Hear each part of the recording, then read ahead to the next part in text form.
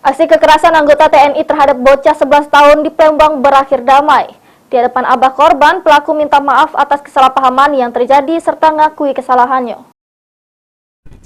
Kekerasan yang dilakukan oleh anggota TNI Letkol Jeki Zulkarnain terhadap bocah 11 tahun yang videonya viral di media sosial berakhir damai.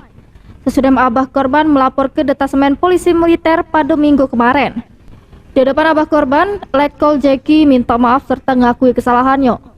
Menurutnya hal itu terjadi atas kesalahpahaman anaknya dengan korban yang membuatnya melakukan hal tersebut serta sempat ngancam korban.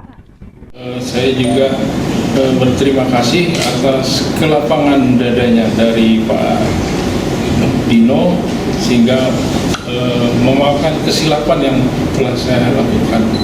Demikian.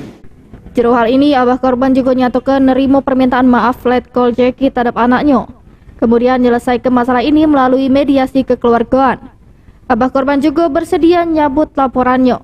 Di sini saya selaku orang tua dari pelapor, kita udah ada kata sepakat perdamaian secara keluargaan dengan Bapak Jeki. Di sini saya pun menerima kata sepakat untuk perdamaian secara keluarga ini, nggak ada paksaan apapun dari manapun, pihak manapun yang mengenai hati saya. Dan saya juga mengucapkan terima kasih atas bapak-bapak dari TNI Adam, termasuk penerimaan surat laporan sampai selesai surat pencabutan juga perdamaian tadi di Denpom. Saya ucapkan banyak terima kasih. Kesepakatan damai ini juga disaksikan Satker terlapor di Bekangdam 2 Sriwijaya Palembang.